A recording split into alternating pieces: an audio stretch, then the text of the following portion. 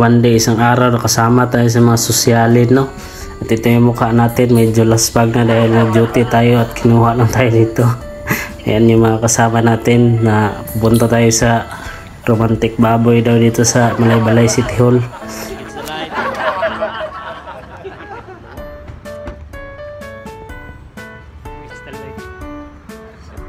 Siyempre pagtripan natin yung kasama natin dito, ipatabi natin dito sa baboy. Kasi baboy naman talaga tong kasama natin. Pag kumain ka palagi dito, magdala ka lang ng BP dahil siguradong magbaboy talaga. Ayan na, nagtakam na tayo, no? At siyempre, isog-isog pa tayo dito dahil medyo gutom pa kay paniudto man eh. Pero unya, taod-taod kasukahon na ni. Birthday siguro ng ating busing, kaya pinakain tayo sa mga sosyal, no? Medyo na ignorante ang taga bundok dito dahil hindi naman talaga tayo kumakain sa mga ganito. Ngayon lang tayo nakakain at ayan na nga, medyo nag-tutorial si Boy Palpak. Siya talaga ang replika ni Senior Aguila at ngayon ay Romantic Baboy naman. Talagang gamit na gamit itong mukha na to. Kaya yung mga gayaya niyang mga mukha, guys, universal yan. At ayan na nga, nagsugba na sila dito, no? At ako ay hindi na ako nagsali magsugba. Medyo documentation lang to sa ating pagka-ignorante. At ayan na nga, medyo nag-chopstick ang Palpak. May pagturo pang yung animal, pero tingnan niyo naman, hirap na siyang kumain dahil dyan. At ako binalak ko rin mag-chopstick, kaso hindi talaga kinaya, kaya mayroon akong kutsara dyan for emergency ba. Kaya maglisod man taginani nga style bitaw ng chopstick nga wata na anad anang style.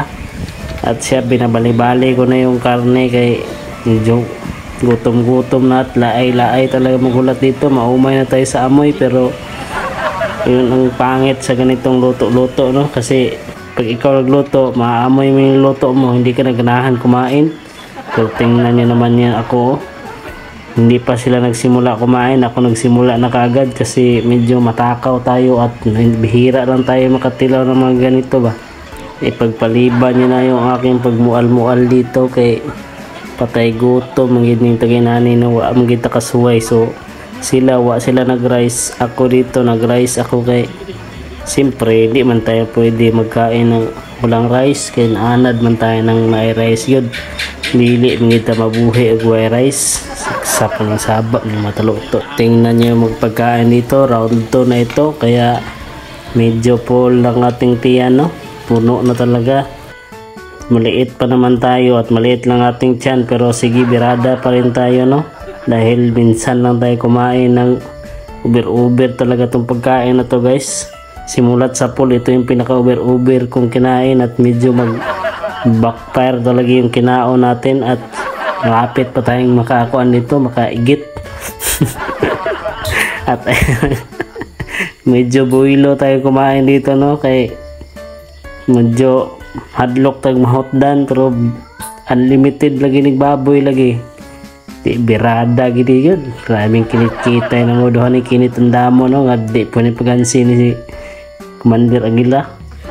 Kaya na nga, medyo tingnan nyo lang yung pagkain ko dito. Medyo bihira lang to sa buhay ko, no? Na makakain sa sosyalin. At ayan rin, next ko na. Yan, siyempre yung amo natin, yung pagbalihin. Pagkatapos natin kumain ng baboy na marami, kumain naman tayo ng durian na ice cream. Lami-lami din to, no? Gusto ko pa sana kumain ng marami pang ice cream dahil gumagawa ako ng ice cream dati, nakakamiss din, pero saan ko pa kaya ilalagay ang pagkinain ko. Pero ingon ni Kuya Ronald nga, kung kaya mo ang kagutom, mas kakayanin mo yung kabusog. Kaya kung busog ka na at marami pang kakain, kumain ka hanggat buhay ka pa, hanggat gusto mo. Hanggang dito na lang din yung video natin kasi medyo mahaba na rin yung pagyaw-yaw yun natin. At sa susunod na tayong kababanata, dahil medyo magsukaha na tayo sa kabusog dito, no?